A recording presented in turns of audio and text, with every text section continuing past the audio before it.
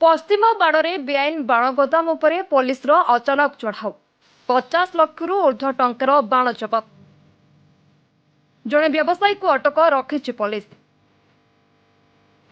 बेआईन बाण गोदाम उपरे पुलिस अचानक चढ़ाऊ 50 लाख रु ऊर्ध्व टंकार बाण जबत कर जलेश्वर पुलिस। जड़े व्यवसायी को अटक रखी अधिक तदंत कर जलेश्वर पुलिस।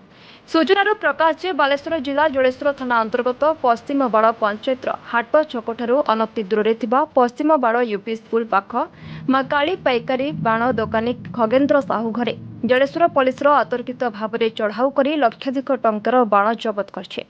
पश्चिम बाड़े बेआईन बाण कारोबार चलता बेले विशेष सूत्रु खबर पाई जलेश्वर पुलिस अचानक चढ़ाऊ कर गाड़ी भर्ती बेआईन बाण जबत करने सहित जड़े बाण व्यवसायी खगेन्द्र साहू को पुलिस गिरफ्त कर।